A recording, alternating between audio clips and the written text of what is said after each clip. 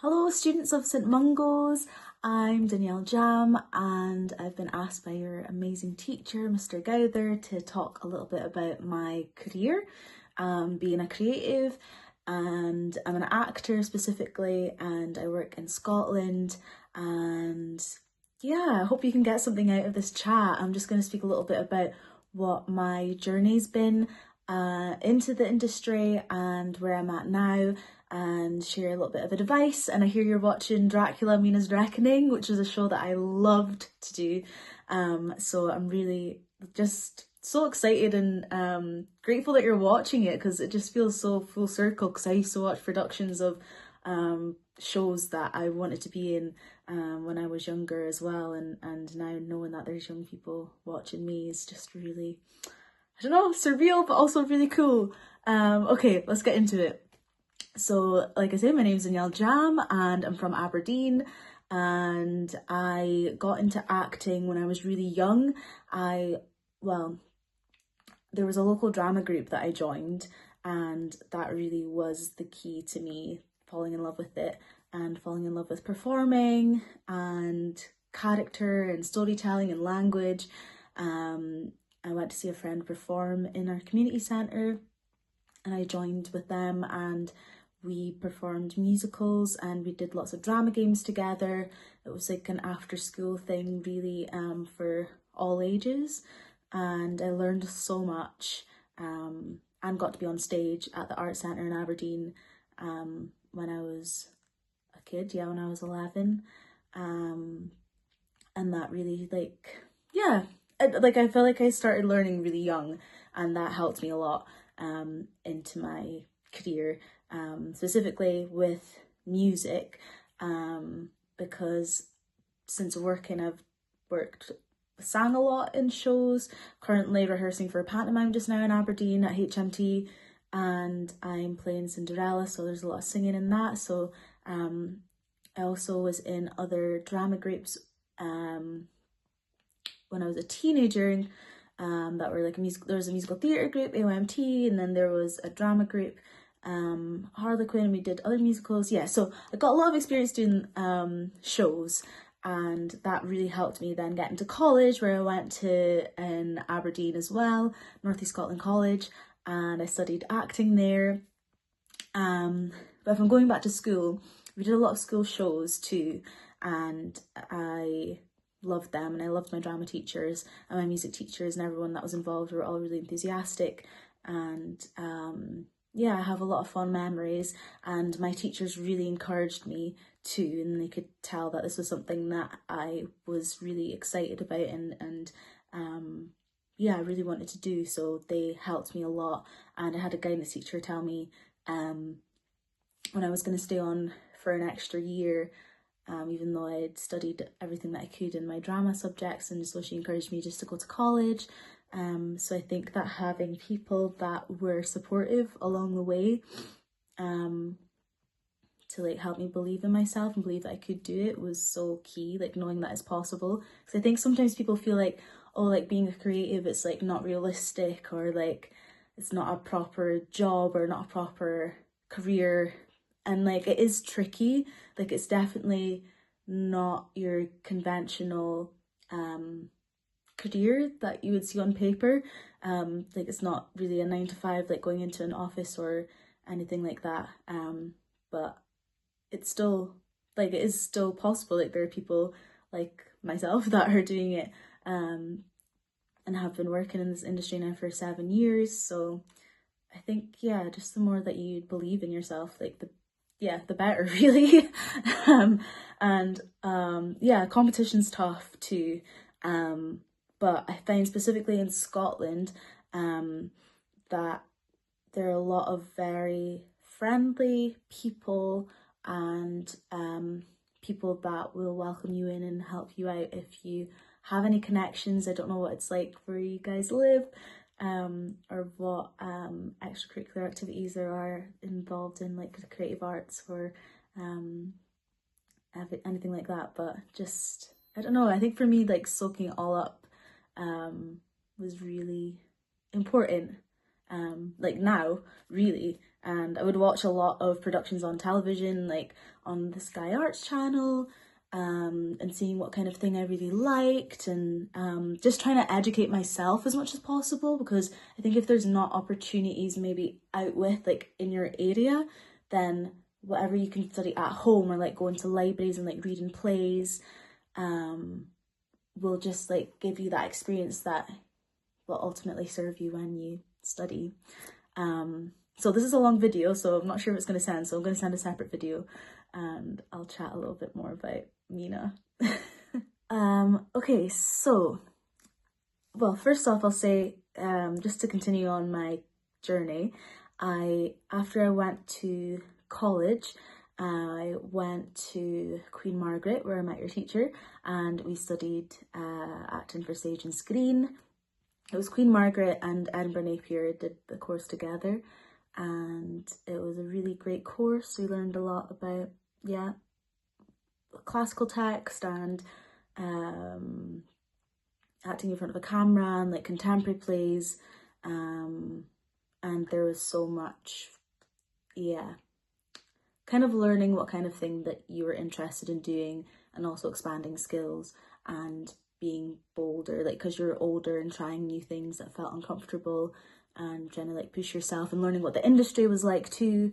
So that was all really, really invaluable information, and I loved it, loved moving to a different place, gaining independence, and yeah, finding out who you are on your own, you know, moving away from home. So once I graduated from there, I went on to do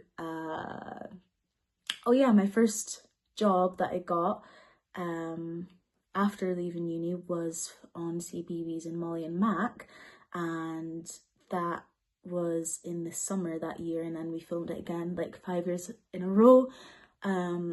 So I was really lucky with that. But before that, I got an agent when I was at uni, and I'm still with them, they're really great. But you don't also need an agent either, because you can go to different like events. There are events on Equity, and also Spotlight, where you can meet people and learn about who's working in places that you want to get into, really. And we were sort of taught like that's the way to get yourself out there and meet people if you want to start working. So yeah, okay. And then, oh yeah, so I did a drag, yeah, there's so much to say. There's been 7 years of this, but anyway, I honestly think that the main thread is that every single job that I've had, I've learned so much more about what I can do and what my skill is, and pushing myself in ways that I didn't know I could, and learning also how to rest, and what to say no to as well. And now I'm at this point where I'm not trying to work all the time, because when I first left uni, I was just trying to open as many doors as possible. So I was saying yes to everything, and I ended up burning out really quickly. So I wouldn't recommend that. But yeah, so now I'm kind of trying to find more balance basically with my work. So yeah, so Dracula. So that came along in 2023, and I worked with Sally Cookson, who was my dream director to work with. I'd seen a production of hers, of Jane Eyre, in His Majesty's in Aberdeen just before I left uni to go to uni, and I thought that's what I want to do. Like I want to be in a production just like that. I was so inspired by it. I think there's actually a production, like a film production of that on National Theatre Live, or like online.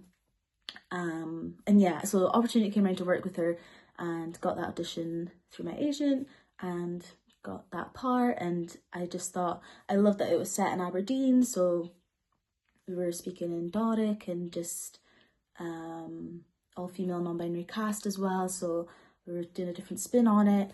And there's so much information in the videos on the education portal, so because that was a couple years ago, like not everything's still fresh on my mind, so you'll definitely get more in-depth yeah, insights about what the process was like if you watch those videos. but for me, I really enjoyed. My favourite thing about it, I would say, is that Sally as a director really was good at igniting our imaginations, because as a creative, that your imagination is your strength. So whatever you can do to spark that and like ease that out of you is really valuable, and ended up being really valuable to the project. And some of the specific exercises we did were a lot of improvisation, and we would improvise scenes that didn't exist in the show, like Jonathan and Mina, maybe when they first met, or what else?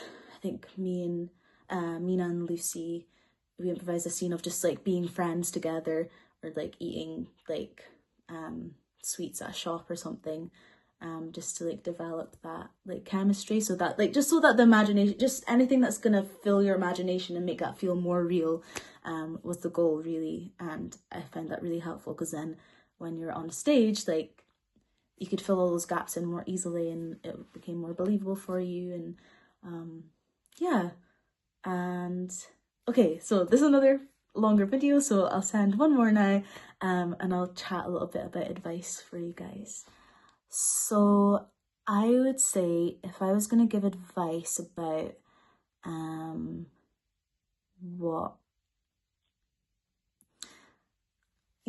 if I was going to give advice for future for anyone that's watching that really wants to pursue a career in the creative industries, I've only ever done acting, so I'm just going to specifically stick to that. But like I said in my first video, like absorbing as much information as you can.